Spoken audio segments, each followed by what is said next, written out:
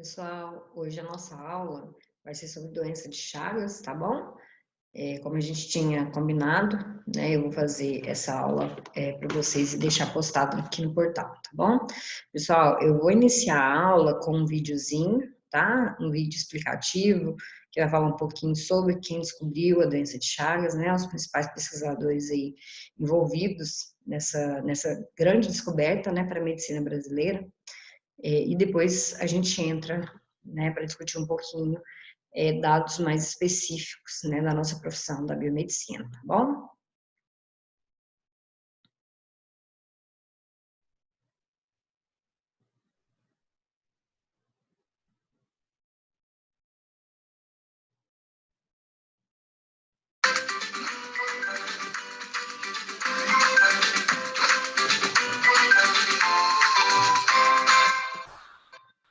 O que será que uma casinha de barro tem a ver com o coração? Ora, o coração também é uma morada. Ah, que lindo! Mas não, absolutamente não é isso. Quem fez perguntas como essa foi um cientista brasileiro que tinha um coração de ouro e um dos cérebros mais brilhantes do mundo. E um bigodão. Quando entrou na faculdade de medicina, ficava estudando até tarde da noite, pelo período de 2 velas inteiras. Seus amigos o apelidaram de 2 velas. Era dura a vida sem computador. Quando começou a atender as pessoas, ele costumava passar as noites entretendo os pacientes cujas famílias viviam longe. Carlos Chagas era cheio de amigos. Adorava música e fazia longas baladas em casa. Na época, isso se chamava sarau. E a galera percebia que era hora de ir embora quando ele começava a bater com os dedos na mesa. Um professor de Carlos Chagas, vendo que ele era brilhante, decidiu apresentá-lo para o cientista brilhante chamado Oswaldo Cruz. Oswaldo Cruz despachou Chagas numa missão: erradicar um surto de malária ao longo da estrada de ferro central do Brasil. Chagas começou a ver que os mosquitos não atacavam na natureza. Eles ficavam mais as pessoas dentro de casa. O que a febre terçã tem a ver com as casas? Era isso. A devastação das matas fazia com que os pernilongos atacassem os humanos nas casas. Depois de picarem, ficavam cheios de sangue e pousavam no interior das casas para digestão. Era mais fácil combatê-los ali, fumigando inseticida. Oswaldo Cruz logo lhe deu toda a razão, e juntos eles ajudaram a controlar a doença na região. Mas nessa viagem, Chagas percebeu uma outra coisa estranha. Algumas pessoas morriam muito cedo de um problema no coração. Um dia, ou melhor, uma noite, dormindo numa casinha de pau a pique, Chagas notou um inseto diferente que tinha o hábito muito folgado de picar o rosto das pessoas. Por isso, era chamado de barbeiro.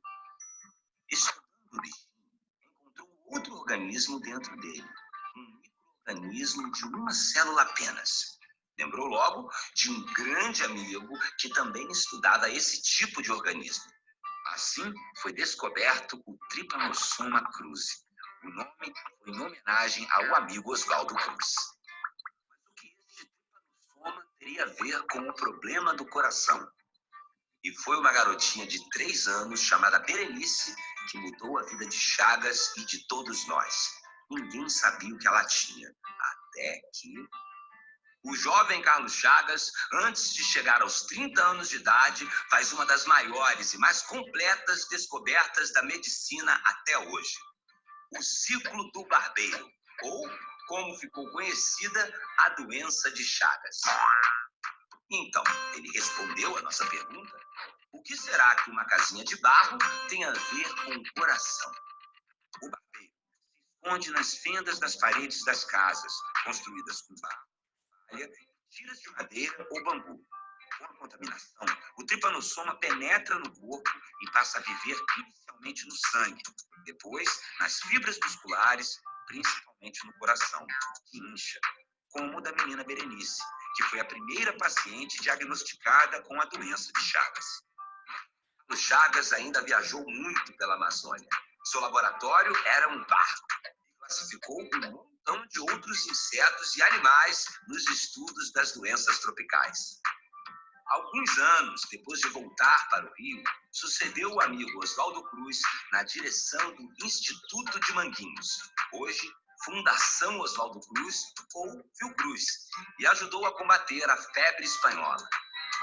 Isso passou a ser autossuficiente em vacinas e hoje as exporta para o mundo todo. A Fundação Oswaldo Cruz produz mais de 1 bilhão de medicamentos ao ano. O legado de Carlos Chagas nos mostra que quando ciência e indústria se juntam, toda a sociedade se beneficia.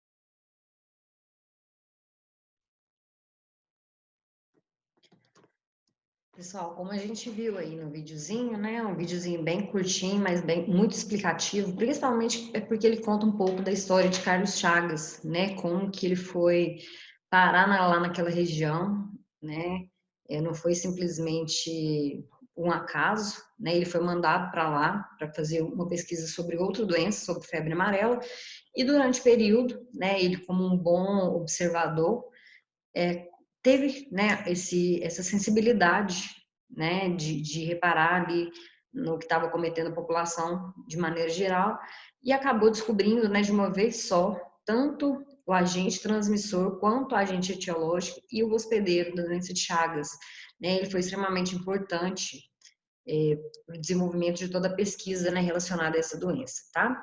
Como o vídeo veio falar para a gente, Carlos Chagas, né, então, foi o descobridor da doença de Chagas, tá? A doença, ela leva esse nome por causa do seu descobridor, tá? Essa doença, ela foi descoberta em 1909, né? O Carlos Chagas, ele fez o isolamento do parasito no sangue da Berenice, né? Que na época ela tinha 3 anos de idade, e a partir desse primeiro contato com essa paciente, né, vários estudos foram sendo desenvolvidos ao longo do tempo, né, até as técnicas mais novas que a gente tem, né, tanto para o diagnóstico quanto para o tratamento dessa doença, tá? O feito de Carlos Chagas, pessoal, nessa grande descoberta, é considerado único na história, né? Essa tripla descoberta, tanto da doença quanto o agente, o inseto, né, que é o agente transmissor, o vetor, esse tipo de descoberta ele é muito difícil de ser feito dessa maneira, né? O Carlos Chagas, ele teve a possibilidade de fechar o ciclo completo de uma doença em um pequeno, né, um curtíssimo espaço de tempo, tá? E o nome, né, que ele decidiu aí batizar o seu parasito, né, que ele identificou, foi uma homenagem, né, ao seu mestre Oswaldo Cruz, que foi quem deu, né, a oportunidade dele fazer aquela viagem e acabar descobrindo uma doença aí tão importante, tá bom? Aqui eu coloquei para vocês uma imagem da menina Berenice, né? Na época que a doença de Chagas ela foi descoberta, a Berenice tinha apenas 3 anos de idade.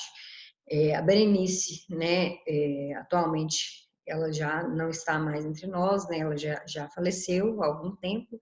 Nessa foto, a Berenice ela estava com 72 anos de idade, né? E estava fazendo aniversário de descoberta da doença de Chagas.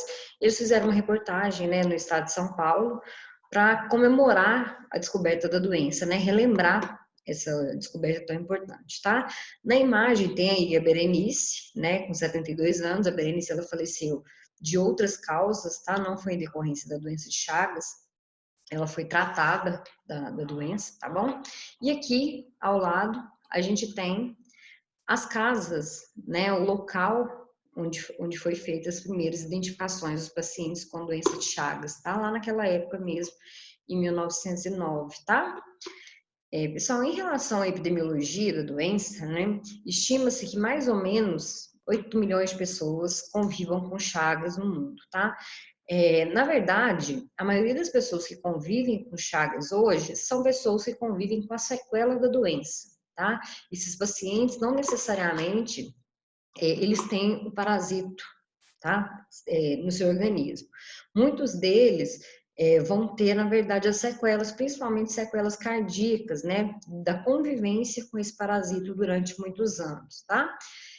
A gente tem aí uma estimativa de quase 10 mil mortes, né, ao ano relacionado à doença de Chagas, e no mundo, tá, cerca de 100 milhões de pessoas vivem em locais de risco para infecção. O que que isso quer dizer? A gente tem quase 25% da população, né, da América Latina, na verdade, a gente tem 100 milhões de pessoas que vivem em local de risco, né? 20%, né, da população da América Latina, tá? Então, o que que acontece? 25% dessa população, 25% das pessoas em risco estão na América Latina. Então, a gente sabe que a gente está numa região com alto risco, né, para contrair esse tipo de doença, tá?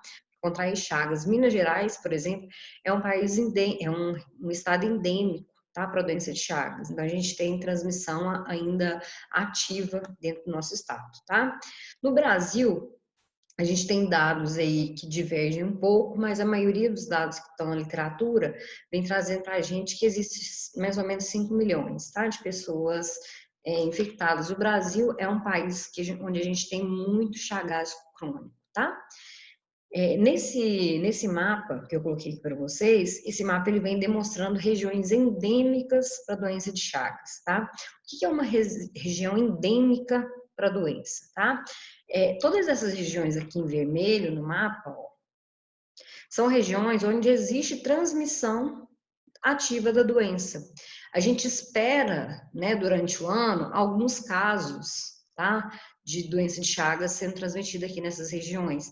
Então, o que isso quer dizer? A gente não tem ainda uma extinção, né, dessa transmissão. A gente não tem um controle, né, ideal ainda nessas regiões, tá? Então, a gente está aqui, né?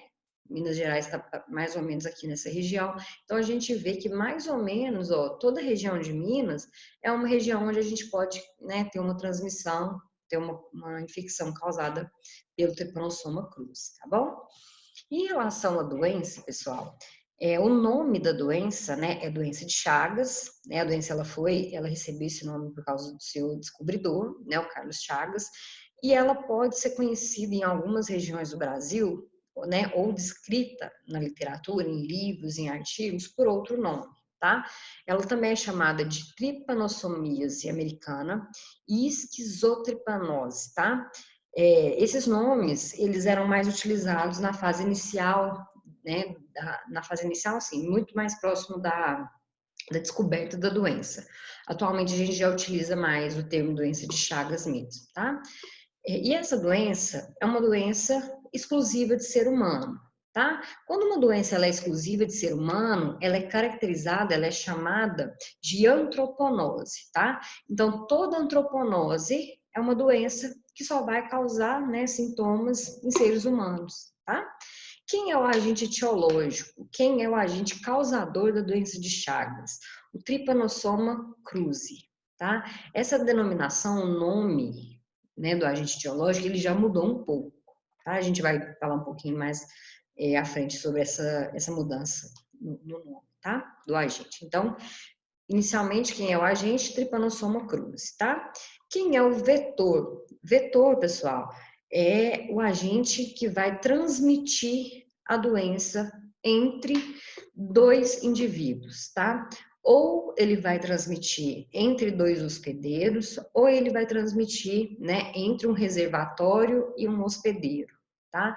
No caso, né, no nosso caso aqui, geralmente o barbeiro ele vai transmitir doença de Chagas, né? Ele vai se infectar em um reservatório e ele vai transmitir a doença para o ser humano, tá? Então a gente vai ter aí o ciclo fechado com um reservatório, um vetor e um hospedeiro, tá?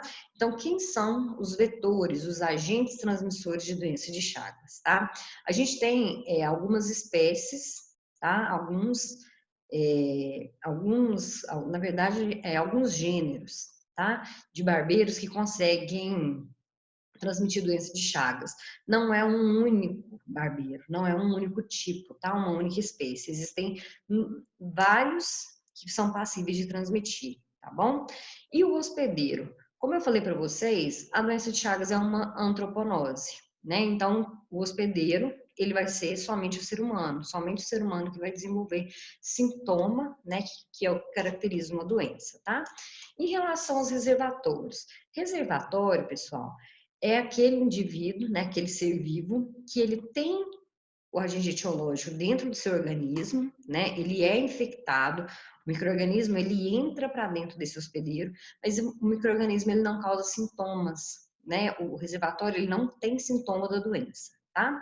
A gente tem como reservatório para a doença de Chagas vários mamíferos, tá? Principalmente tatu, gambá, cachorro, gatos, tá? E alguns outros, né? Roedores de maneira geral.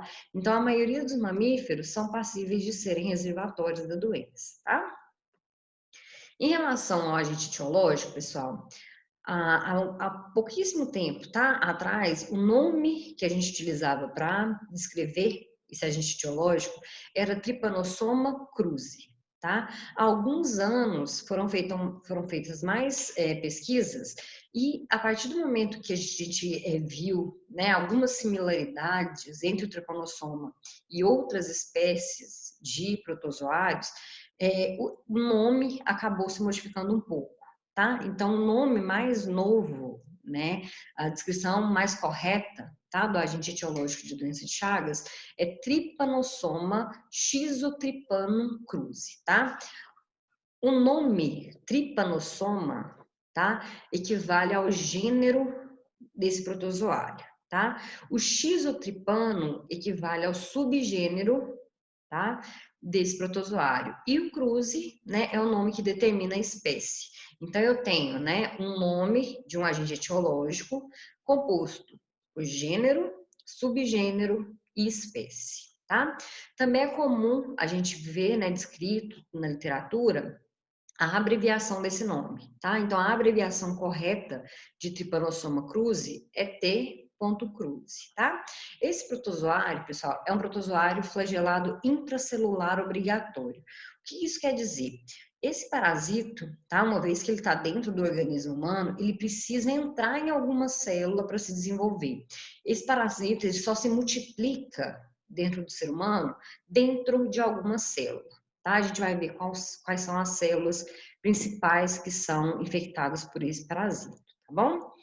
E em relação à morfologia, né? Morfologia, quando eu falo em formas morfológicas, eu estou falando de formas, de estruturas, né? Que esse parasito ele vai desenvolver durante o seu ciclo de vida, tá? Durante o seu desenvolvimento. Dentro da morfologia, a gente vai ter 4 formas morfológicas para o Trypanosoma cruzi, tá? A gente tem as formas amastigotas, as esferomastigotas e as epimastigotas, e a gente tem as tripomastigotas, tá? Lembrando que a tripomastigota, ela pode ser uma tripomastigota sanguínea ou uma tripomastigota metacíclica. Tá? Morfologicamente, estruturalmente, uma tripomastigota sanguínea é praticamente, tá? Ela é muito parecida mesmo com a tripomastigota metacíclica. Então, a gente considera como se fosse uma morfologia igual. A diferença é que elas vão ser encontradas em tecidos diferentes, em locais diferentes, tá? Isso vai diferenciar essas duas morfologias, tá?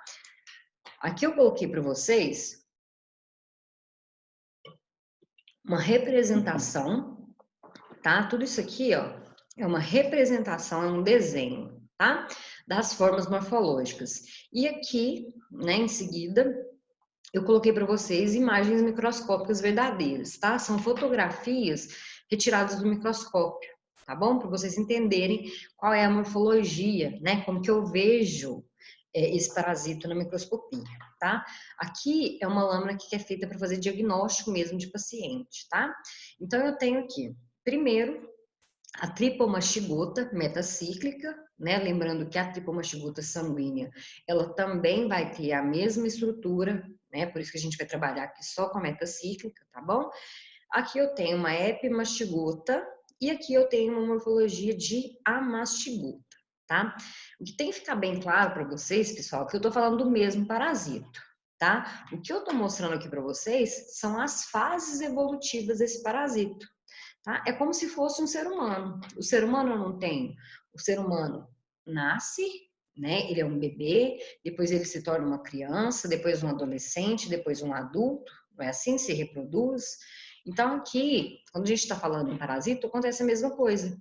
Eu tenho a forma tipo mastigota, tem a forma epimastigota e tem a forma mastigota. Esse parasita ele vai sofrendo transformações ao longo do seu ciclo de vida, tá? Então aqui todo mundo aqui é a mesma, né? O mesmo indivíduo, tá? Não é como se fossem indivíduos diferentes, não, tá bom? Então vamos começar pela tripomastigota, tá? Tripomastigota a tripomastigota, tá? Eu coloquei um pouquinho aqui mais ampliado para vocês conseguirem visualizar melhor as imagens, tá? É a mesma imagem que estava no slide anterior. Quando eu tenho uma tripomastigota, quais são as principais características morfológicas dessa estrutura, tá? Eu tenho o corpo do parasito, tá? Ele é um corpo delgado, né? Um corpo, ele não é tão fino, tá? Ele é um protozoário do tipo flagelado, né? Que é o flagelo, tá? E o flagelo da tripomastigota, ele é um flagelo um pouco mais grossinho também, tá vendo? É como se ele não final, assim, o corpo da tripomastigota, ele não tem final aqui, ó. É como se o flagelo continuasse ao longo do corpo desse parasita. A gente não tem nenhuma secção aqui entre o corpo e o flagelo, tá? Aqui, ó, na porção inicial, né, na porção superior desse parasito, quando eu faço uma coloração, tá? Pode ser guinza, pode ser panótipo rápido. O que que acontece? O parasito, ele fixa bastante corante aqui, ó, nessa porção inicial, tá? E também aqui dentro, ó, bem na parte mediana do corpo. Essa figura aqui, tá? É um desenho, mas vamos comparar com essa aqui de baixo, ó. Aqui eu tenho a mesma estrutura. Eu tenho um parasito, né, um protozoário flagelado. Tá vendo que eu falei para vocês que eu não tenho nenhuma ressecção aqui, ó?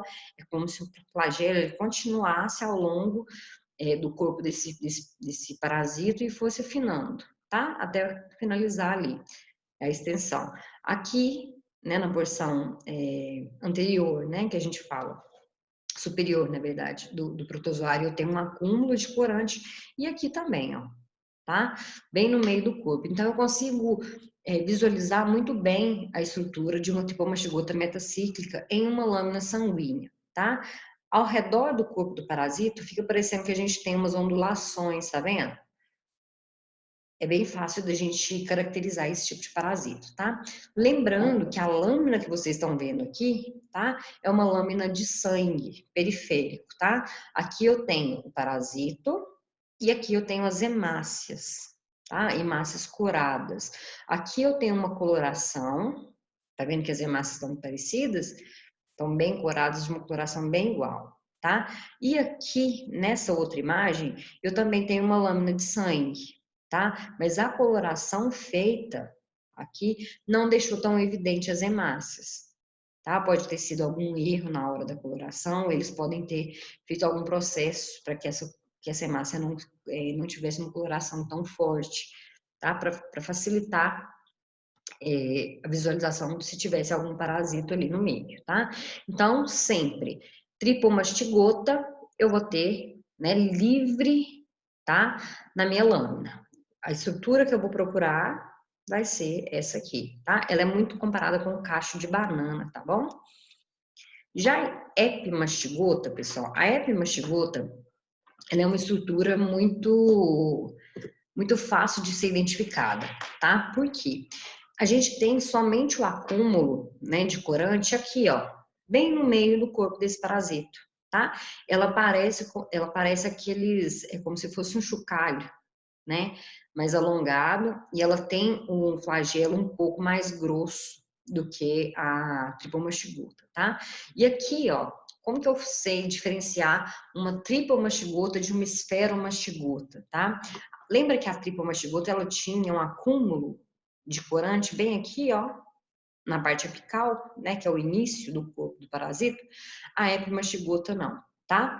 E outra característica que vai ajudar a diferenciar é a seguinte: tripomastigota eu encontro tanto no barbeiro, né, que é o vetor, quanto no ser humano, tá? Eu posso encontrar nesses dois locais, né? Nesses dois indivíduos. Já a epimastigota, eu não consigo encontrar em humano, tá? Ela é uma forma evolutiva restrita ao barbeiro, restrita ao vetor. Então, eu não tenho epimastigota em humano.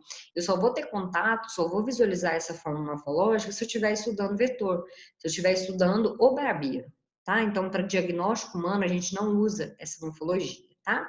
E aqui eu coloquei para vocês uma imagem raríssima, né, da gente encontrar, que é de uma epimastigota em divisão binária. Tá vendo aqui, ó? Que ela começou a se dividir a partir do flagelo. Lembra que a gente estudou divisão binária em flagelado, onde a gente viu o sentido de divisão? Aqui, ó, mostra claramente para a gente o sentido de divisão dessa célula protozoária, tá? Começou pelo flagelo, né, e vai acabar aqui no ápice, né, do parasita, tá? Essa imagem, pessoal, ela vem representando a forma morfológica amastigota, né? Tem alguns pesquisadores que chamam de amastigota, mas o nome, né, o jeito mais correto e mais usado é mastigota, tá? Então, aqui, essa morfologia, ela é fácil de ser identificada porque ela se difere muito, né, das outras duas morfologias anteriores, tá? A mastigota, ela tem a morfologia mais arredondada, tá? E ela tem dentro ali da estrutura, tá? Da célula, né, da mastigota, o acúmulo somente aqui bem no meio mesmo da sua estrutura. Então, é como se fosse uma cápsula, né? Um núcleo bem pequenótico, bem corado, né? Não vai ser pequenótico, mas é bem corado, retém bastante corante, e eu tenho como se fosse uma cápsula, tá? A mastigota, pessoal, vai ser a morfologia que eu vou encontrar quando eu estiver estudando tecidos, tá? Principalmente musculatura. Essa forma, é a forma que o parasita se divide dentro de uma célula. Então, o que que acontece? Quando eu tenho uma fibra muscular, uma célula muscular, a tripomastigota, ela vai entrar para dentro dessa célula, tá? Quando ela entra, ela muda de forma, vai passar a mastigota, e aí essa mastigota, ela começa a se multiplicar, tá? Então, a mastigota, ela não tem flagelo, ela não tem capacidade de se locomover, tá? Ela vai ficar restrita mesmo ao tecido, tá? E a partir do momento, né, que ela vai se dividindo, ela vai causando lesão tecidual. Isso aqui que eu estou mostrando para vocês, nada mais é do que uma lâmina de tecido muscular, tá? Aqui eu tenho, ó, a fibra, tá? Esquelética. Tudo isso aqui que é rosa é fibra, tá? E aqui dentro é o que a gente chama de ninho de amastigota, tá? O que é um ninho de amastigota? São várias amastigotas dentro de um mesmo espaço, tá? Então aqui, ó, cada pontinho roxo aqui equivale a uma mastigota, tá? É como se aqui eu tivesse várias amastigotas, aqui várias, aqui várias, aqui várias. Aqui, ó, eu tenho um ninho de mastigota, aqui eu ampliei, tá? É a mesma imagem, e aqui também, tá? Essa imagem aqui, ela tá um pouco confusa, por causa dos núcleos mesmo das células, tá? Isso aqui é núcleo de célula, ó. Núcleo, núcleo, núcleo, núcleo. A mastigota, ela tá aqui, tá? Essa imagem, ela não tá tão nítida, mas ela ainda assim, quando a gente olha na própria microscopia, né, no próprio microscópio, a gente consegue identificar, tá? Então, aqui, ninho de amastigota, tá? Dificilmente a gente vai identificar uma mastigota isolada, tá? Geralmente a gente avalia um ninho mesmo de amastigota, que facilita o diagnóstico, tá bom? Em relação aos reservatórios, quem são os reservatórios, tá? O homem, né, o paciente que ele é assintomático, que ele é, né, que ele adoeceu, que ele tem o parasito ali dentro do seu organismo, mas que ele não desenvolve doença, existem alguns casos, tá? Na doença de Chagas, ele também é considerado um reservatório, tá? Porque uma vez que ele não desenvolve, né, sintoma, não desenvolve doença, ele vai poder transmitir ali se um barbeiro picar, né, esse indivíduo infectado, tá? Além do homem, né, quando assintomático, os mamíferos, tá, tanto silvestres quanto domésticos, podem ser também reservatórios de tripanossoma, tá? A gente tem como exemplo, tá? A maioria dos macacos, né, principalmente micos de maneira geral, tá? Alguns mamíferos, né, que são maiores, em questão de tamanho mesmo, e também mamíferos bem pequenos, como os roedores, tá? No meio silvestre, é muito comum a gente ter reservatórios, né, como paca, tá? Paca, tatu, gambá, e no meio doméstico, quem serão os principais reservatórios serão o cachorro, o gato e também roedores de maneira geral, né? Rato, ratazana. Então a gente tem bastante reservatório aí para doença de Chagas, tá bom? Em relação aos vetores, quem são os vetores da doença de Chagas, tá? Como eu falei para vocês, o vetor, o agente que vai transmitir, né, a doença, são os barbeiros, tá? Somente as fêmeas fazem, né, essa transmissão da doença de Chagas. Por que isso acontece? A fêmea do barbeiro, ela necessita de sangue para nutrir seus ovos, tá? Para que os ovos dessa fêmea eles consigam, né, se desenvolver, ela precisa se alimentar de sangue, tá? O macho, ele não precisa desse aporte sanguíneo, ele se alimenta principalmente de vegetais. Então, quem pica o ser humano, né, ou pica um animal, um reservatório, vai ser a fêmea, tá? Então, essa fêmea, ela precisa picar o ser humano, mas inicialmente, né, anteriormente, ela precisa ter se infectado, tá? Então, ela se infecta ao fazer hemotofagia, ao picar algum animal ou outro ser humano infectado, e depois, quando ela vai fazer, né, outro repasse, quando ela vai se alimentar novamente, né, vai acontecer um processo ali durante essa alimentação, né, e aí ela acaba, né, infectando o ser humano, tá? Esses barbeiros, tá? Eles também são conhecidos como vum-vum, chupança, chincha voadora no México, tá? E kissing bugs nos Estados Unidos. Então a gente tem que ficar bem atento, né, à presença desses vetores no nosso ambiente, tá? Quais são os gêneros, né, que podem ser aí transmissores de doença de Chagas? Principalmente os barbeiros do gênero Panstrongylos, Triatoma e Rhodnius, tá? Atualmente, gente, existem quase 138, né, quase 140, na verdade, espécies conhecidas de barbeiros, tá? 48 dessas, né, dentre essas 137, elas já foram identificadas no Brasil. Então, a gente tem muito barbeiro no Brasil, né? O Brasil é um país com muita mata, né? A gente tem uma extensão de Mata Atlântica ainda muito grande, né? Apesar de muito desmatamento, a gente tem muita mata, a gente tem outros tipos de vegetação, então a gente tem muito barbeiro, né? Muito inseto de maneira geral, a gente tem uma diversidade ecológica muito grande. E dentre, né, essas 48 espécies que a gente tem já identificada no Brasil, 30 já foram identificadas também em ambiente domiciliar. O que isso quer dizer? Apesar da gente ter essa mata muito, né, essa região de mata muito extensa, a gente tem a migração da maioria desses barbeiros também para dentro das comunidades, para dentro das cidades. Tá? Isso está ligado principalmente à expansão, né, da cidade de maneira geral. Antes, né, de uma cidade ser construída, geralmente o que tinha ali é mata. Então, é o habitat natural para muitas espécies.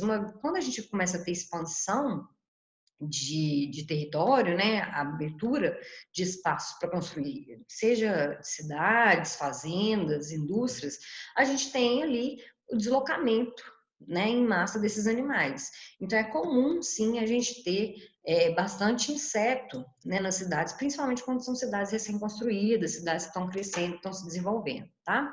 Então a gente tem muito barbeiro que convive muito bem, né, dentro do ambiente urbano, tá? Eles se adaptaram para estar aí presente nesse ambiente também, conseguir se alimentar e tudo mais, tá?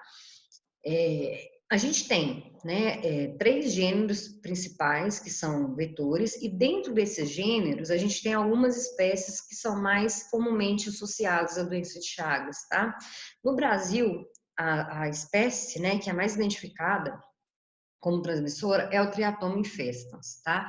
Então a gente tem na maioria dos estados que são endêmicos para a doença de Chagas, a gente tem esse tipo de barbeiro, mas os outros também aparecem, né? Mas em menor escala, tá? A gente tem ainda o Triatoma brasiliensis, o Panstrongylos megistus, o Triatoma pseudomulata e o Triatoma sordida, tá?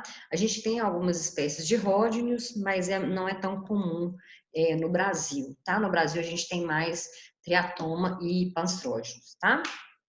Em relação à morfologia de vetores, eu coloquei para vocês aqui um exemplar de cada gênero, tá? Aqui a gente tem o triatoma.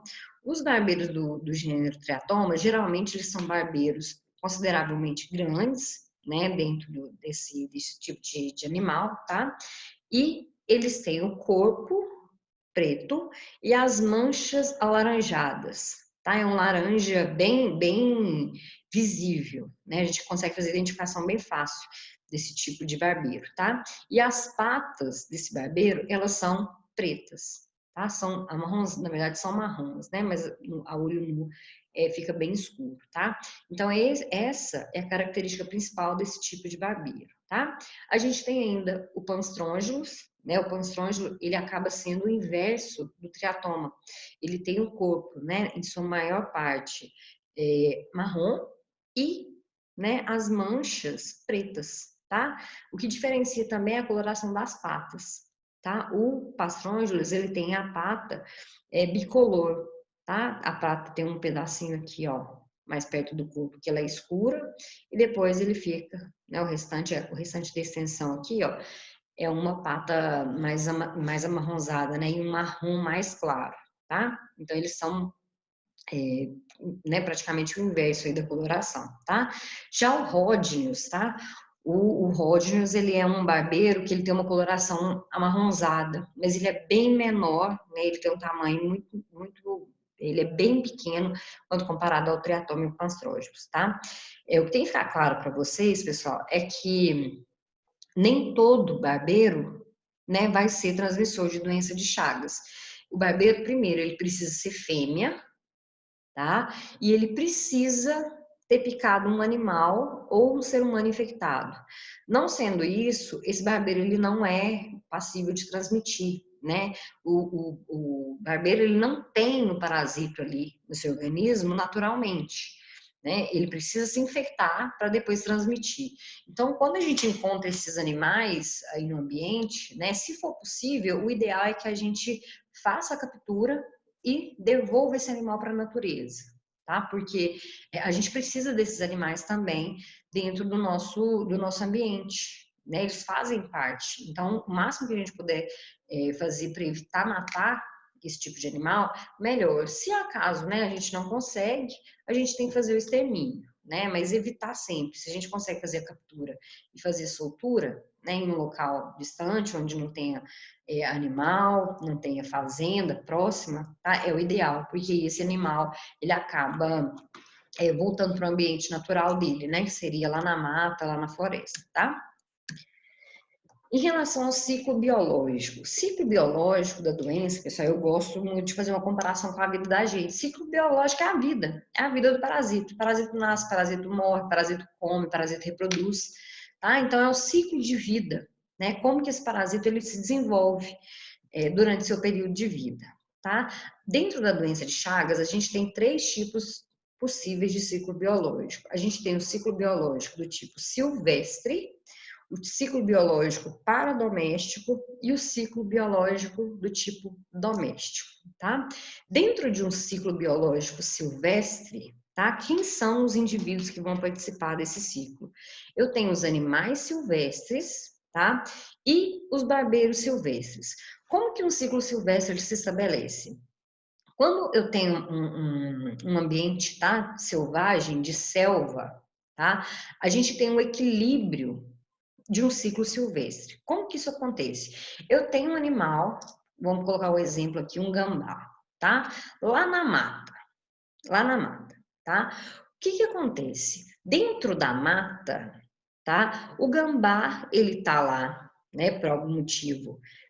A gente não tem como saber como que aconteceu o primeiro caso, né? Como que o primeiro gambá se infectou. tá? Mas a partir do momento que eu tenho um gambá infectado lá dentro da mata, eu também tenho no mesmo ambiente um barbeiro, né, que é susceptível a transmitir doença de Chagas.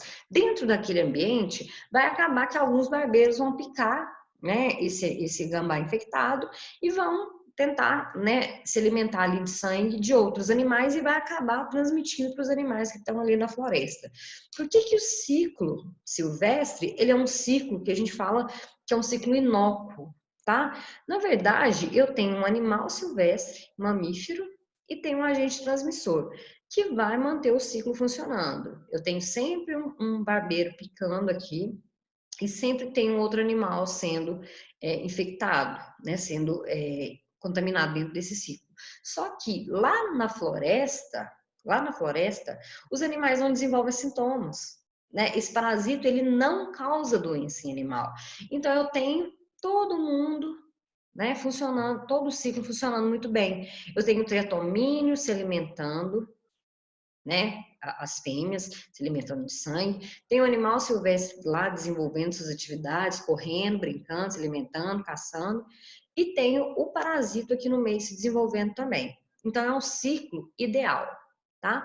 Como a gente tem a introdução de seres humanos dentro do ciclo silvestre, a gente acaba criando outros ciclos da doença, tá?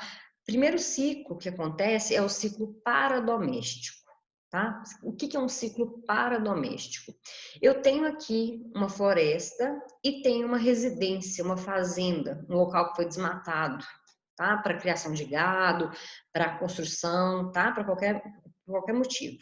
Ali naquele local, eu tenho tanto humanos, né? E quando o humano ele se estabelece em uma região, geralmente ele traz animais, né? Seja para consumo, seja para animal doméstico, né? Pets em geral, cachorro, gato, passarinho.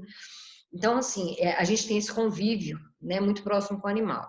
O ciclo paradoméstico, ele se estabelece quando eu tenho um animal doméstico, tá, e um humano lá na sua residência, lá, né, na cidade, na fazenda, e eu tenho um triatomínio, tá, que migra da região silvestre e vem aqui fazer o repasto, tá, dentro da residência ou ali no perímetro. Tá? Então, eu tenho um triatomínio silvestre, tá?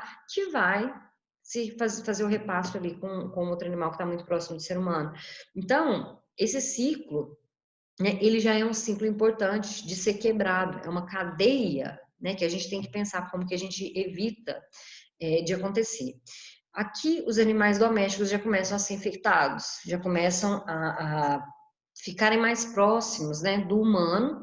E se eu tenho um animal, né, que é um reservatório, o humano ele tem uma chance maior de se infectar, tá? Então, o ciclo paradoméstico é quando eu tenho um triatomínio silvestre e um animal doméstico, né, servindo aí como reservatório, tá? E o ciclo doméstico? O ciclo doméstico, pessoal, é o ciclo mais importante para a gente, né, ser humano. Por quê?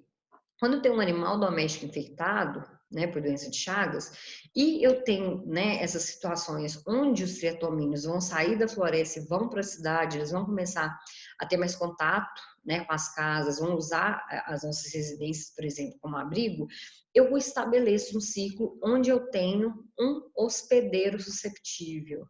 Tá? O homem, né, dentro de um ciclo doméstico, ele é o único que vai ter sintoma, é o único que vai ter doença. Então, eu passo a estabelecer um ciclo agora que é um ciclo perigoso, que é o ciclo doméstico, tá? Então, dentro do ciclo doméstico, eu tenho os animais domésticos que foram infectados, tá? E a gente tem os triatomíneos já mais domesticados. São triatomíneos que se adequaram ao ambiente e que ficam ali próximo, muito próximo ao ser humano, tá? Então, o ciclo doméstico aqui vai entrar humano, animal doméstico, né? Cão, gato, de maneira geral, e também os triatomíneos que já estão, né? Já estão assim mais socializados, que a gente fala, né? Já estão convivendo melhor com o ser humano, tá? Então, o ciclo que a gente vai estudar, tá? Vai ser o ciclo doméstico, o ciclo que acontece dentro aqui, tá? Desse círculo. Os outros ciclos, eles acontecem em ambientes diferentes, mas o mecanismo é o mesmo, tá? O que vai mudar aqui vai ser somente quem vai ser infectado, tá? Aqui é uma imagem que resume bem o ciclo da doença de Chagas, tá? Aqui a gente tem todas as fases evolutivas do parasito, aqui ó, as tripomastigotas, as epimastigotas, as esferomastigotas, as amastigotas e as tripomastigotas novamente, tá? A gente tem o agente transmissor, o vetor, né, que é o barbeiro, a fêmea, sempre, e a gente tem os reservatórios, né, macacos, gatos, cães, tatus, e a gente tem o humano, que pode ser tanto reservatório quanto hospedeiro da doença, tá? A gente vai estudar o ciclo biológico dessa doença de maneira separada, tá? A gente vai estudar primeiro como que esse ciclo se desenvolve dentro do barbeiro e depois dentro do ser humano, tá? Fica mais fácil para a gente entender o que acontece, né, dentro de cada indivíduo e também fica mais fácil para a gente identificar as formas morfológicas, tá? De cada um.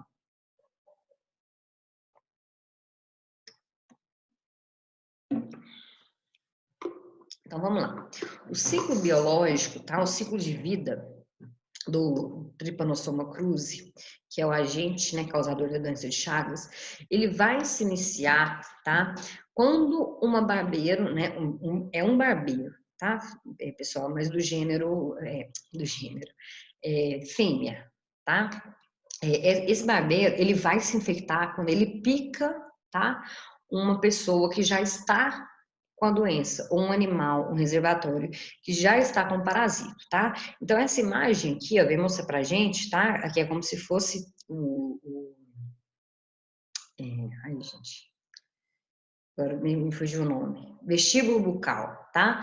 Do barbeiro, é como se fosse a boquinha mesmo do barbeiro, tá?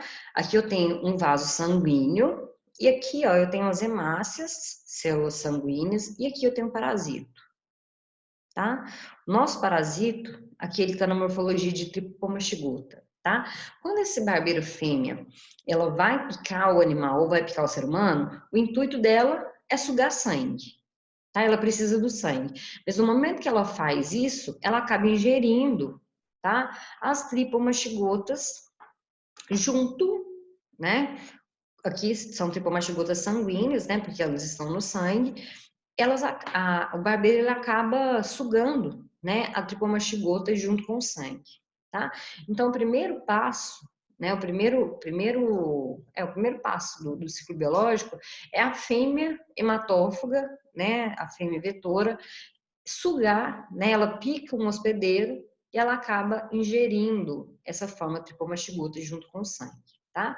Aqui, ó, tá representado, tá, o intestino, né, a parte estomacal aí desse vetor, e aqui o intestino, tá? Então, a partir do momento, né, que ocorre a entrada, tá, da tripomastigota, essa tripomastigota, ela vai seguir para o estômago do barbeiro, que é essa porção aqui, tá? Quando a tripomastigota, ela chega lá no estômago do barbeiro, ela sofre algumas modificações devido à presença de alguns ácidos, tá? Ela muda a morfologia e ela passa a se chamar esferomastigota, tá? Então, eu tenho a entrada, né, de tripomastigota, e quando ela sofre transformação lá no intestino, ela passa a esferomastigota, tá? E aí ela vai seguir o trato digestivo, né,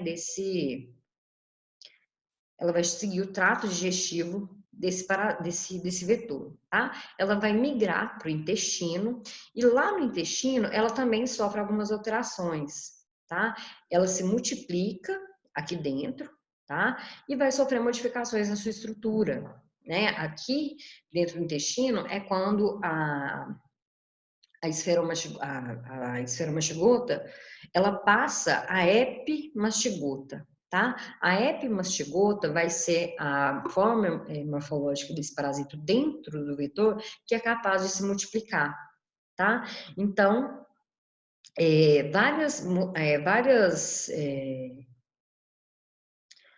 várias células, né, vão entrar em divisão binária, tá? E vão dar origem a várias epimastigotas, tá? Essas epimastigotas, elas vão migrar, tá? Para a porção final aqui do intestino desse barbeiro e vão ser eliminadas, né? Vão ser eliminadas gradativamente junto com as fezes dessa barbeira fêmea, tá? Quando essa barbeira fêmea infectada ela vai picar outro hospedeiro, ela vai se alimentar de sangue novamente, o que que acontece? Ela pica o seu hospedeiro, tá? E ao mesmo tempo que ela pica, ela defeca, tá? Então, no momento que ela defeca, ela acaba, né, liberando aqui, ó, tripomastigotas metacíclicas no seu dejeto, tá? Ela tá aqui se alimentando e ao mesmo tempo ela tá defecando, tá? Nesse momento começa o ciclo biológico, que é a parte do ciclo que acomete o humano, né, que acontece dentro do organismo humano, tá? O ciclo biológico do humano, ele começa aqui, ó, nessa imagem, tá? Eu tenho aqui, ó, um barbeiro, né, se alimentando e defecando ao mesmo tempo. Quando o barbeiro, ele pica o ser humano, essa picadura, ela vai gerar dor, né? O indivíduo que está sendo picado, ele vai ter ali, dor no local da lesão, tá? Então, ele pode ter ali algum tipo de reação, né, no momento e passar a mão, tá? O barbeiro, ele pica principalmente no rosto e nas costas, né, do ser humano. Então, a pessoa, ela vai sentir o barbeiro ali também, pelo tamanho, ela vai passar a mão ou por algum motivo, né, passar algum objeto no rosto para retirar aquele barbeiro, e nesse momento ele acaba arrastando, né, essas fezes, esses dejetos com as tripomastigotas para dentro do seu organismo. O próprio local de entrada, né, o local da picada ali do barbeiro acaba, né, se tornando a porta de entrada para esses dejetos, tá? Quando esses dejetos entram em contato com a corrente sanguínea, vão acontecer duas situações, tá? Essas tripomastigotas, elas podem entrar aqui na corrente sanguínea, ó, e já encontrar uma célula, tá? E automaticamente já infectar uma célula que está ali na corrente sanguínea, tá? Ou eles vão ser levados mesmo para a corrente sanguínea e infectar alguma célula que seja susceptível, tá? Uma célula que, né, que ele consiga infectar, tá? O que que acontece? Essas células que são passíveis de infecção é o que a gente chama de célula-alvo, tá? Quando a tripomastigota ela entra dentro de uma célula, ela vai sofrer transformação, tá? Ela se transforma em amastigota, que é aquela estrutura mais arredondada, e ela vai começar a se multiplicar, tá? Por divisão binária, tá? É isso aqui que acontece. Cada mastigota, ela vai se dividindo, né, se dividindo, dando origem a várias amastigotas, até que a célula ela não consiga mais suportar, né, a capacidade, a quantidade mesmo, né, de amastigota que está ali dentro, ela vai se romper. Quando essa célula se rompe, tá, as amastigotas, né, elas já têm uma estrutura capaz de se movimentar, tá? É a estrutura que a gente chama de tripomastigota sanguínea. A partir do momento que a célula se rompe, a estrutura que é liberada, tá? É a tripomastigota sanguínea. Já a tripomastigota, elas podem também seguir dois caminhos, tá? Ou a tripomastigota, ela vai, né, entrar em alguma célula que seja próxima, né? Quando isso acontece, a tripomastigota vai infectar a célula, lá dentro ela passa a mastigota novamente, multiplica e vai rompendo célula, tá? E esse ciclo ele se mantém. A gente sempre tem algumas tripomastigotas entrando para dentro de célula, passam a mastigota, se multiplica e rompe célula, né? As que são liberadas vão invadindo outras células, tá? E o que acontece é que algumas, né, tripomastigotas, elas vão sair, né, daquele local onde elas foram liberadas e vão, através da corrente sanguínea, atingir qualquer órgão do organismo, tá? Lembrando que o Trypanosoma cruzi, tá? Tripomastigota principalmente, ela tem preferência por tecidos musculares, principalmente o tecido cardíaco. Então, o sentido de migração, né, para esse parasito realmente vai ser tecido muscular, né, musculatura esquelética, músculos de maneira geral e principalmente coração, tá?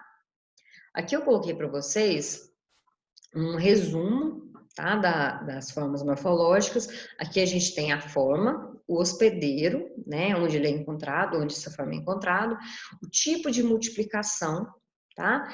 E também a localização, né, onde eu localizo essas formas morfológicas dentro de cada um dos hospedeiros e dos vetores, tá? Em relação à forma infectante, o ser humano, ele vai ser infectado, na maioria das vezes, por tripomastigotas metacíclicas, tá? Que é aquela que vai estar lá no dejeto do barbeiro. Só que existe também, em alguns casos, tá? A infecção causada por a mastigota. A mastigota sempre vai estar dentro de um tecido, sempre vai estar dentro de uma célula, né? Então, se o humano, por exemplo, ele recebe um transplante de coração infectado, ele pode se infectar, né? E a forma morfológica que ele recebe é uma mastigota, tá? Mas o mais comum, a via de transmissão mais comum é a via vetorial, né? É a via através dos dejetos desse barbeiro, tá? Qual é a forma infectante para o barbeiro? Tá? O barbeiro, ele se infecta, tá? Sempre através da tripomastigota sanguínea, tá? Então, ele faz o repasto, a tripomastigota que está lá no sangue do ser humano, né? Ela é ingerida e ela sofre transformações dentro desse barbeiro. O barbeiro, ele pode ingerir a mastigota? Pode, tá? Principalmente através de macrófagos, isso mesmo, macrófagos infectados, tá? Macrófago é uma célula de defesa que fica no sangue e o parasita ele pode infectar essa célula também. Quando isso acontece, quando o barbeiro ele ingere a mastigota, geralmente a mastigota ela não resiste à passagem pelo trato intestinal, pelo estômago, tá? Do barbeiro. Então, essa forma ela não se desenvolve dentro desse barbeiro, tá? Ele precisa ser infectado com o tripomastigota, tá? Para o ciclo se manter. Como que o Trypanosoma cruzi, tá? Ele infecta as células. Quando a tripomastigota, ela encontra um fagócito, tá? Fagócitos são células que fazem fagocitose, né? Principalmente encontradas no sangue, tá? Principalmente a célula principal é o macrófago. Quando a tripomastigota, né, encontra esse macrófago, ele vai aproveitar do próprio mecanismo dessa célula. O macrófago, quando ele encontra o Trypanosoma cruzi, ele vai tentar fagocitar esse parasito. Por quê? Ele precisa eliminar. Ele entende que esse parasito é um corpo estranho, tá? É um organismo, né, estranho dentro ali do ser humano. Então, ele vai fagocitar esse parasito na tentativa de eliminar. Só que no mesmo momento que o macrófago faz a fagocitose, ele engloba o parasito ele muda de morfologia, ele passa a mastigota, né? E começa a se multiplicar. O parasita se multiplica tanto, algumas amastigotas acabam morrendo ali dentro do macrófago, mas a maioria não morre. Elas se multiplicam muito mais rápido do que o fagócito consegue fazer a eliminação. E as amastigotas acabam rompendo a estrutura desse macrófago e sendo liberadas ali no meio extracelular. Tá? Então, o tipo de penetração, né, que esse parasito faz em um macrófago é o tipo de penetração passiva, né? Ele utiliza aí a fagocitose desse macrófago a seu favor. Ele não precisa nem gastar energia, né, para infectar aquela célula, tá? Em relação à célula não fagocítica vão ser aquelas células onde o parasita ele vai infectar, que são células que não fazem fagocitose. Se a célula não fagocita, o parasita ele vai ter que entrar por outra maneira, né? Ele vai ter que bater lá na portinha e entrar, tá? Ou vai, né, passar com tudo em cima dessa célula e vai entrar de qualquer maneira, tá? Quando a gente tem uma infecção de célula não fagocítica, né, como as células epiteliais, musculares e nervosas, o parasito, né, a tripomastigota, ela vai entrar ativamente através da membrana dessa célula, tá? Então, a gente vai ter gasto energético aí pelo parasito e a gente tem essa entrada, né, forçada aí do parasito na célula, tá? e chegando lá dentro da célula, o mecanismo é o mesmo. Vai passar no mastigota, se replicar, né, por divisão binária, e romper essa célula, tá, para ser liberado e infectar novamente outras células, tá bom?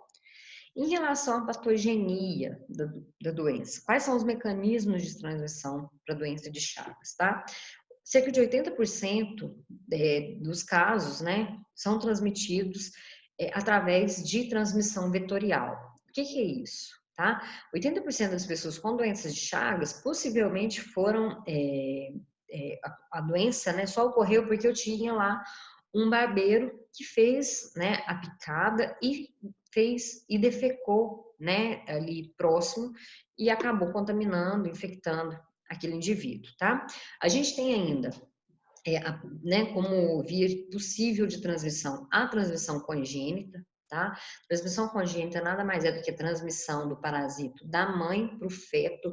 A transmissão congênita, tá? Ela pode acontecer em qualquer período da gravidez e esse parasito ele é capaz de infectar o feto tanto via umbilical, né? Ele pode estar no sangue da mãe e passar através, né, dos vasos para o bebê, tá? Como ele também é capaz de transpassar a barreira placentária, tá? Então, ele pode passar mesmo do meio extracelular para dentro, né, da cavidade uterina, né, dentro da placenta, tá?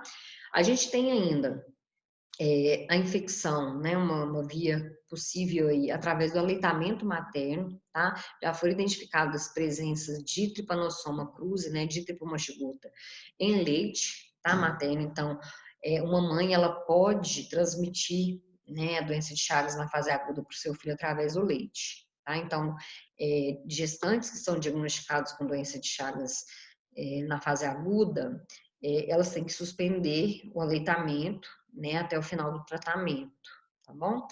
E a gente tem ainda a transmissão oral. A transmissão oral está relacionada à ingestão de alimentos contaminados, tá? No Brasil, os principais alimentos vinculados à transmissão oral de doença de Chagas são o açaí e o caldo de cana, tá? O que acontece, pessoal?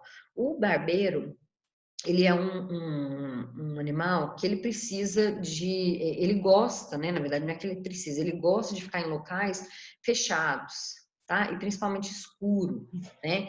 E os locais, geralmente, onde a gente tem o consumo in natura de açaí, são mercados a céu aberto, né? Feiras livres, aqueles mercadões. Então, assim, onde fica estocado esse fruto, né? Tanto cana-de-açúcar quanto o açaí, acaba servindo de casa mesmo, né? De local ali, de abrigo para esse vetor. Tá? O que acontece é o seguinte, muitas vezes, quando o açaí é consumido in natura, não se faz a lavagem, né, a higienização correta do fruto, tá? O fruto fica ali dentro de um caixote, mal passa uma água ali e acaba, né, levando um barbeiro junto, né, e esse barbeiro ele é triturado junto com esse açaí. Pelo consumo se dá, né, de forma in natura, acaba que todo o conteúdo estomacal, né, ali intestinal do vetor, ele acaba ficando ali no meio do alimento. Né? Se eu não tenho um aumento de temperatura por cozimento ou um resfriamento, né, um congelamento desse alimento, eu não tenho a morte do parasita que pode estar ali. Tá? Então, esse parasita está viável, ele acaba sendo transmitido através do consumo desse alimento. Cana-de-açúcar, a transmissão ela ainda é mais facilitada, porque a cana geralmente a gente não lava mesmo. Né? Quem faz a extração do caldo geralmente pega a cana do jeito que vem, né, e faz ali a moagem, então é um risco ainda maior. Tá? O último surto que a gente tem em registro de doença de Chagas aguda aconteceu em Florianópolis, se eu não me engano, há uns 10 anos já, quase 10 anos atrás, onde quase 20 pessoas se infectaram, tá? Ao consumir açaí in natura, né? De uma banca que era vendida assim, na beira de estrada, tá? E aí, na hora que eles foram fazer a pesquisa com essas pessoas que adoeceram, foram fazer, né, a pesquisa epidemiológica mesmo, saber o que tinha acontecido antes, né, deles adoecerem, e todos relataram ter comido o mesmo produto de um mesmo lugar. Então, eles conseguiram estabelecer essa cadeia, né, de cadeia epidemiológica, né, desses pacientes e ligaram a um único estabelecimento, tá? Então, a gente tem que ter cuidado, principalmente quando a gente come alimento in natura, né? Alimento que não é processado, alimento que não é industrializado, né? A gente corre risco aí de acabar ingerindo algum tipo de agente infeccioso, tá?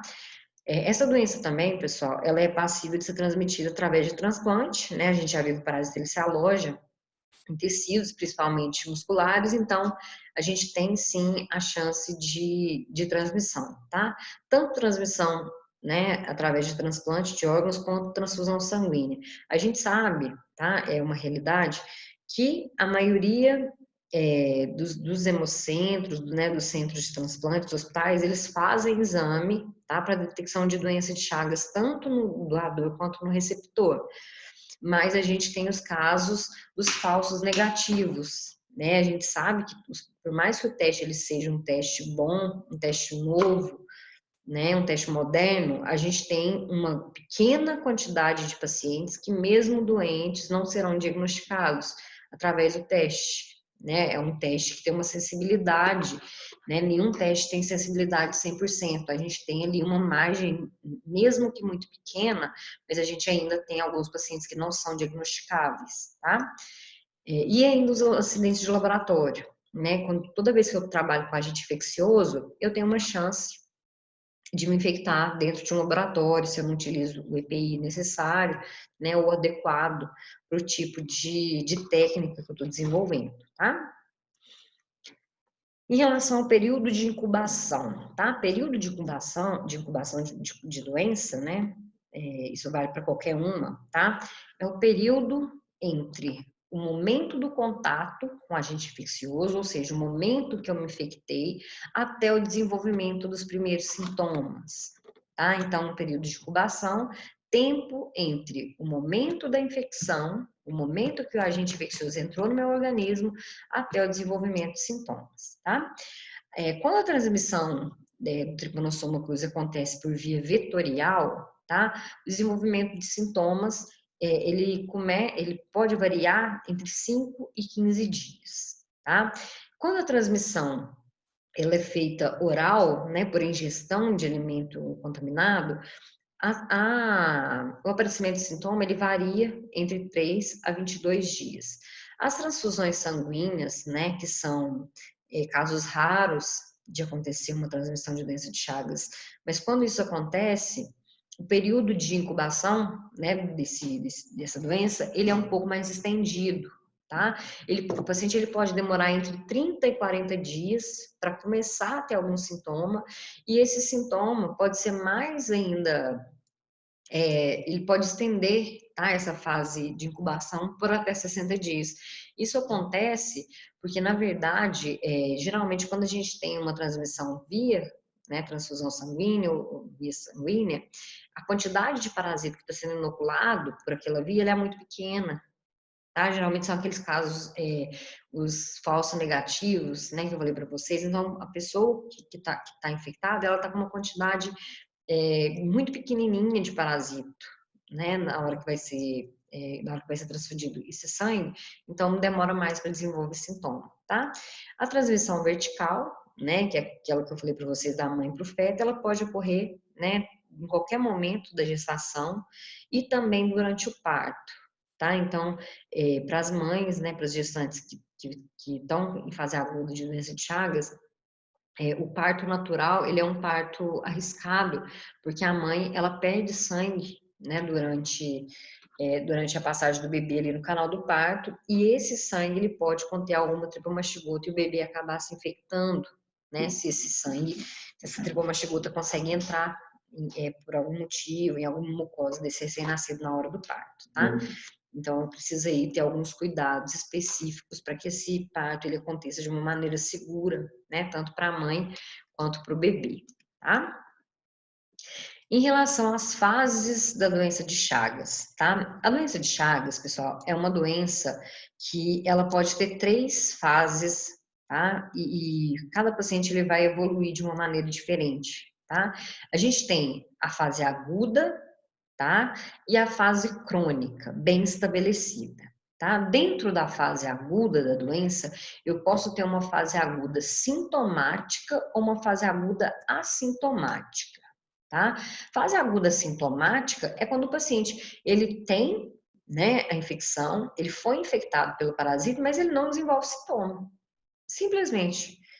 O parasita está ali se multiplicando, ele está no organismo e tem paciente que não tem sintoma, tá? Isso é uma característica de alguns pacientes com doença de Chagas, tá? Já os pacientes que vão ter a fase aguda sintomática, tá? Esses sintomas da fase aguda, eles podem durar até 4 meses, né? Eles começam ali depois dos 15 dias do contato, né? Mais ou menos, e podem durar até 4 meses, tá? Esse período, tá? Fase aguda, seja sintomática ou assintomática, ele é caracterizado por parasitemia patente. O que é isso? Tá? Parasitemia patente é importante para a gente que vai fazer diagnóstico. Parasitemia patente é quando eu tenho a presença do parasito no sangue do paciente. Tá? Então, eu vou ter muita tripomastigota ali presente no sangue. Eu tenho muitas células sendo infectadas, muita mastigota se replicando, muitas células sendo, né, sendo rompida. Eu tenho muita tripomastigota na corrente sanguínea. Eu tenho um ciclo ali ativo, né? O parasita está se desenvolvendo. Então, eu consigo diagnosticar muito fácil esse paciente. Tá? Se eu pego o sangue do paciente e levo lá no microscópio, eu vou ver tripomastigota. É fácil fazer o diagnóstico direto desse paciente, tá? E esse paciente que está em fase aguda da doença de Chagas, se ele não for tratado, né? Se ele não for medicado, se ele não for diagnosticado, né? Para depois ser tratado, ele pode evoluir, né? Para algumas situações, tá? Existem pacientes, tá? Que podem evoluir para cura que a gente fala cura clínica, tá? O paciente ele não progride com sintoma, os sintomas eles cessam e o paciente ele vai para a fase crônica da doença, tá? Ou o paciente pode progredir, né, para formas graves, né, que a gente vai ver da doença, e também pode acontecer, né, do paciente já da fase aguda evoluir para óbito. Quando eu tenho uma replicação muito rápida de parasita, né, que é caracterizado nessa fase aguda, esses parasitas podem migrar de uma vez só para um tecido muito sensível como o coração. Se eu tenho a migração maciça desse parasita para o coração, esse coração ele pode entrar em falência, né, e ele pode aí não suportar essa carga parasitária, né, e realmente e levar o paciente a óbito muito rapidamente, tá? São casos raros, mas possíveis de acontecer, tá? Quais são as manifestações mais comuns da fase aguda, tá? A gente vai ter, né, as manifestações locais e os sintomas gerais dessa fase aguda, tá? Manifestação geral, pessoal, tá relacionado principalmente ao local onde o barbeiro pica o ser humano, tá? Como eu falei para vocês, o barbeiro ele tem uma tendência, né, a picar o rosto do ser humano, tá? Porque o horário que o barbeiro ele faz o repasto, geralmente é à noite, é quando o humano o animal ele tá parado, ele tá mais quieto, tá? Ou tá dormindo, né? É o horário ali onde ele consegue realmente chegar próximo ao ser humano para poder fazer a sua alimentação, tá? E ele tem preferência pela pálpebra. Geralmente, né, ele pica a pálpebra superior, mas ele também pode picar a inferior, tá? É menos comum, mas pode acontecer isso. Quando o barbeiro ele pica, tá, a pálpebra de um indivíduo, ocorre uma inflamação muito considerável, tá vendo? É isso aqui, ó, tá? O paciente ele fica com o olho bem inchado, e aí esse local aqui, ó, que é onde o barbeiro fez, né, essa picada, é o que a gente chama de sinal de Romanin, tá? Ele é caracterizado pelo sinal de inoculação, tá? Aqui eu acho que não ficou muito visível, mas fica como se fosse uma bolinha mesmo ali, onde o barbeiro picou, e existe uma inflamação considerável aqui, ó, tá? Essa característica, essa inflamação aqui acentuada, é o que a gente chama de sinal de Romanin, tá? Quando acontece na pálpebra, sinal de Romanin. Quando acontece em qualquer outro local do corpo, a gente vai ter também o mesmo sintoma, tá? No rosto, no olho, é mais visível, é mais perceptível, né, o inchaço. Mas no corpo também acontece, tá? Aqui, ó, eu tenho o sinal de inoculação, né? E em volta eu tenho toda a área inflamada, a área demasiada. Tá vendo que tá um pouco mais vermelha do que o restante do braço? Esse local aqui a gente chama de chagoma de inoculação. É o local que o barbeiro picou essa pessoa, tá? Se eu venho aqui, né, ao redor desse local de inoculação ou aqui e faço uma punção, possivelmente eu vou achar bastante tripomastigota, né? Acaba que o parasita ele começa a se multiplicar, né, a infectar a célula bem próximo do local de inoculação. Tá? Depois, quando ele tem uma quantidade maior de indivíduos, né, eles começam a migrar para outros tecidos, tá? Então, a gente consegue fazer identificação desse local, tá? Em relação aos sintomas gerais, quais são os sintomas gerais de doença de Chagas? Primeiro, febre, né? O paciente ele pode ter uma febre branda, né? E porque essa febre ela pode persistir aí até 12 semanas. O paciente vai ter mal-estar, cefaleia. O paciente ele vai perder a fome, né? Ele fica um pouco apático, mais quieto, tá? Pode ficar um pouco anoréxico. E o paciente ele vai ter linfodenomegalia, tá? O que é linfodenomegalia? É o aumento de linfonodo, tá? O linfonodo que vai aumentar vai ser o linfonodo que drena a região onde foi feita a inoculação do parasito. O que isso quer dizer? Se eu tenho uma inoculação aqui no olho, né, se a infecção, a via de infecção foi aqui, aconteceu na pálpebra do paciente, possivelmente o primeiro linfonodo, né, que vai aumentar de tamanho, que vai inchar, vão ser os linfonodos cervicais do pescoço, tá? Então a gente vai ter o aumento, né, o edema aqui no pescoço do paciente, tá? Se o paciente, por exemplo, tem a inoculação no braço, né, o barbeiro picou no braço do paciente, possivelmente o linfonodo que vai aumentar de tamanho é o linfonodo axilar, o linfonodo que fica aqui na axila, tá? Então a cadeia de linfonodo que vai drenar esse parasito, né, é a cadeia que vai ter um inchaço maior ali na fase inicial da doença, tá? O paciente também ele pode ter uma hepatoesplenomegalia, tá? O que isso quer dizer? Hepatoesplenomegalia é aumento de baço e fígado, tá? Então, o paciente, ele tem, né, célula sendo destruída. As nossas células, tá? A grande parte delas, né, quando são destruídas, principalmente células que estão no sangue, tá? Hemácias, leucócitos, o parasito não gosta muito de hemácia não, tá? Não infecta hemácia não, mas célula fagocítica ele infecta. A maioria dessas células, quando destruídas, vão ser deterioradas, né, vão acabar sendo eliminadas de maneira mais efetiva no baço, tá? E também, principalmente em crianças, o fígado também tem papel importante nessa destruição, nessa eliminação de resto celular. Então, o fígado ele aumenta, tá, de tamanho, principalmente para poder suprir nessa demanda, tá, de célula que está morrendo, de resíduo celular, tá bom? E a gente pode ter ainda miocardite aguda. O que é miocardite aguda? Miocardite é inflamação do miocárdio, inflamação do tecido do coração, tá? Quando eu tenho uma miocardite aguda causada por parasitose, tá? Por protozoário, o que isso quer dizer? Eu tenho a migração, tá? Várias tripomastigotas vão ir para o coração desse paciente e vão começar a entrar ali na célula, né? Então eu tenho morte celular, eu tenho célula do coração morrendo. Se eu tenho célula do coração morrendo, o coração ele vai perder a capacidade funcional. Tá? Ele vai parar de funcionar, ele vai parar de bater, né? Ele vai ter uma resistência maior para poder bombear, tá? E a gente vai ter também alterações eletrocardiográficas. O que é isso? O paciente Chagas, o paciente que tem miocardite aguda por causa de tepanossoma, ele tem alteração em batimento, tá? A caia elétrica do coração ele também é alterada pela presença do parasito, tá? E a gente pode ter também meningoencefalite. Do mesmo jeito que o parasita ele migra para o coração, ele pode migrar também para as meninges e causar uma encefalite ou uma meningoencefalite, tá? Que são casos mais graves, são casos mais extremos, tá? De migração parasitária. tá bom?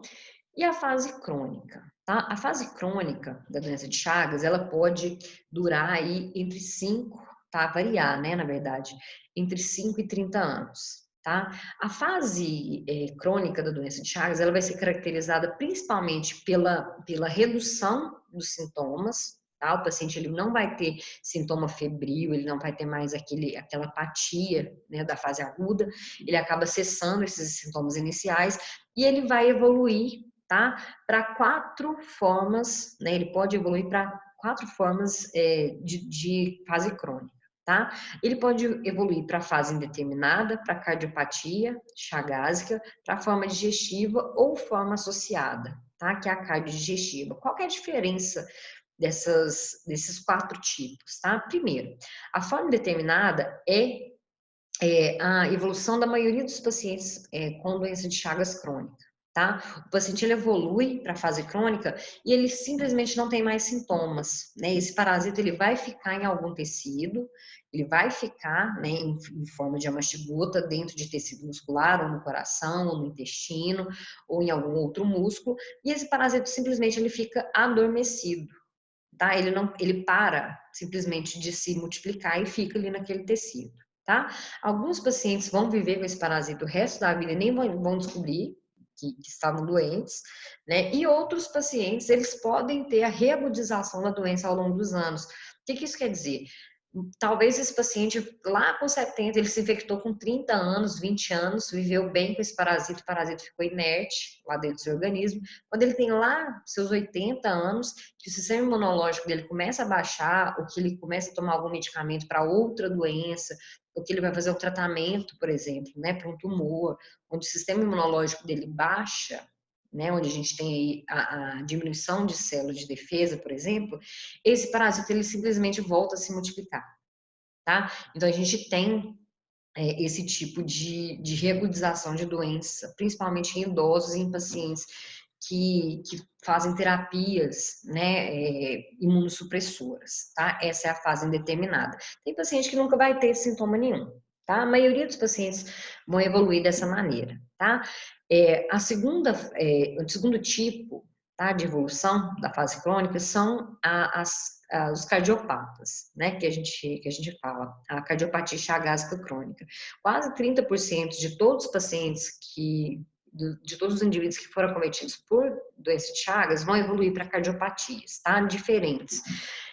A gente vai ver que a cardiopatia nada mais é do que o acometimento do coração do paciente, né? O parasita ele se aloja no coração e ele vai lesando esse coração ao longo dos anos, né? E o coração ainda vai ter uma característica específica que a gente vai ver no próximo slide, tá? As formas digestivas, tá? É quando o parasito ele vai migrar para o intestino do parasita, do hospedeiro e vai causar lesão. Mesma coisa do coração, tá? Só que aí vai ser no intestino, no colo, no reto. E o paciente ele vai ter aí sintomas digestivos expressivos, né? Dentro da doença de Chagas, tá? A forma associada, né? É a forma mais grave, né, considerada da doença, porque o parasita ele vai atingir tanto o intestino quanto o coração do paciente de uma vez só. Então, o paciente ele vai ter alterações, né, lesões nesses dois sistemas que são tão importantes, né, para a sobrevivência, tá bom? Fase indeterminada a gente já viu, né, o que é. Vamos passar para a frase, para cardiopatia, tá? A cardiopatia chagásica crônica, pessoal, o CCC, nada mais é do que o acometimento do coração, tá? Para que um paciente de Chagas ele desenvolva cardiopatia, ele precisa, né, tem mais ou menos aí entre 15 e 20 anos, tá, de uma infecção inicial. Então, leva um tempo, né, considerável para o paciente desenvolver esse tipo de sequela, tá, relacionada a Chagas. Vai ser uma forma muito importante de limitação, né, e é a principal causa de morte dos pacientes, tá? Eles não podem, né, não ter sintoma ao longo da vida, mas pode ter alteração eletrocardiográfica. O que é isso? O paciente, ele demora muito para ter alteração morfológica do coração, vai durar 20 anos, né, vai levar 20 anos aí para ter o coração alterado. Só que ao longo desses 20 anos, esse paciente ele pode fazer um eletro, né, do coração por algum motivo e ele pode ter alteração desse eletro. E simplesmente o médico não identifica.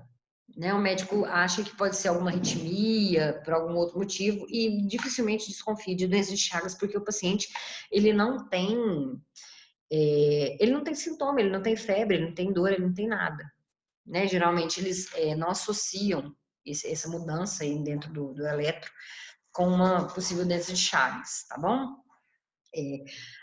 Essas alterações cardíacas, né, elas vão cursar principalmente com miocardite crônica progressiva, tá? Que é a inflamação, né, do tecido miocárdio, do miocárdio, né? O tecido mesmo, a fibra, ao longo do tempo, né? Por isso que ela é progressiva, tá? Dilatação de cavidade, hipertrofia ventricular, o que que é isso? Quando eu tenho uma lesão tecidual, tá? No coração, geralmente essa lesão ela vai evoluir para fibrose, tá? O coração ele vai tentar manter a estabilidade do órgão, dando, né? Quando a célula morre, ali o tecido está morrendo, em vez de ter uma regeneração, né, ou uma necrose, o que vai acontecer é que aquele tecido ele vai ter um tecido fibrosado, é como se fosse uma cicatriz. No coração, por que isso é importante? No coração, a gente não pode ter tecido fibroso. O coração não é um tecido que ele precisa expandir para poder fazer o bombeamento do sangue. Então, se eu tenho muita célula ali morrendo, eu vou ter muita fibrose e eu acabo restringindo o batimento cardíaco. Quando eu restringo o coração de bater, ele vai bombear com mais força para tentar suprir, né, essa falta de elasticidade, né, que a gente fala. Ele acaba dilatando, hipertrofiando as cavidades. O que que é isso? Ele começa a bombear com mais força para tentar jogar a mesma quantidade do sangue para o organismo. E com o tempo, esse coração ele vai aumentar de tamanho, né, devido ao esforço, né, causado pela presença aí dessas fibroses, tá? A gente tem ainda alteração de distúrbio elétrico, né? A gente tem presença de parasito também lá no nodo sinusal, tá? Para quem lembra lá da anatomia, quando a gente tem alteração lá no nodo sinusal, toda a corrente elétrica do coração ela pode ficar comprometida, tá? Então, o parasita estão ali alojado bem nesse local, o impulso elétrico mesmo que gera o batimento, ele pode ser danificado também, tá? Então, nesse caso, ainda é mais grave, porque quando é um problema só na musculatura, né, a corrente elétrica ainda faz o estímulo para o batimento. Quando eu tenho problema lá no nodo sinusal, quando o impulso elétrico ele é parado, né, ele tem alguma alteração, acaba que a musculatura ela não vai receber estímulo, né, e o paciente ele pode simplesmente ter uma parada cardíaca, tá? A gente vai ter algumas arritmias, né, em alguns pacientes, principalmente porque o parasita está lá nessa região, né, que faz o comando elétrico, e também insuficiência cardíaca, né, se o coração ele para de receber estímulo para poder bater, a gente vai ter insuficiência, né, tanto o coração ele vai parar de ter o batimento normal, né, velocidade, por exemplo, quanto ele vai jogar mesmo, expulsar, né, menos sangue para o organismo, tá? E aqui eu coloquei para vocês uma imagem, né, um comparativo, tá? Entre um coração, tá, de um adulto saudável, né? Aqui a gente tem, olha para vocês verem, a gente tem as válvulas, né? Aqui a musculatura, e aqui eu tenho um coração humano, tá? Chagásico crônico, que é um coração, né, visivelmente muito maior do que um coração de um ano saudável, né? Isso acontece devido ao esforço que esse coração vem fazendo ao longo dos anos para suprir a necessidade do organismo, né? Aqui a gente tem ó, as válvulas, tá? A válvula, ela fica quase toda dentro da musculatura, a gente quase não vê, né, a saída aqui das válvulas, porque acaba que a musculatura ela se sobrepõe, né, do tanto que ela cresce, tá? Em relação ao esforço, né, exercido aí pelo órgão ao longo dos anos, tá? Aqui no meio, a gente tem um coração também humano, tá? Mas é um coração de um paciente que tem outra cardiopatia que não a chagásica, tá? Então, a gente tem outras alterações, outras doenças que também cursam com o aumento do coração. Aqui, a gente tem uma mudança na coloração, mas é porque o tempo de conservação, tá? Desse tecido, e a substância que foi utilizada. Dependendo da substância, eu tenho mudança na coloração, eu não consigo manter a estrutura, né, com a coloração mais próxima do que é o real, né, quando o órgão está dentro do paciente, né, dentro do indivíduo. Bom, pessoal, a nossa aula, né, ela vai parar, tá, nesse slide, conforme a gente viu na aula presencial, né, o combinado era que a gente encerrasse nesse slide. Na próxima aula, a gente continua, tá bom? A gente continua para ver agora o diagnóstico, né, o tratamento e medida profilática, tá? Se tiverem dúvidas, podem entrar em contato comigo, tá? Via o live ou, né, o WhatsApp ou na próxima aula, tá bom? Vejo vocês na próxima aula, né? Espero que vocês estejam lá, tá bom? Tchau, tchau.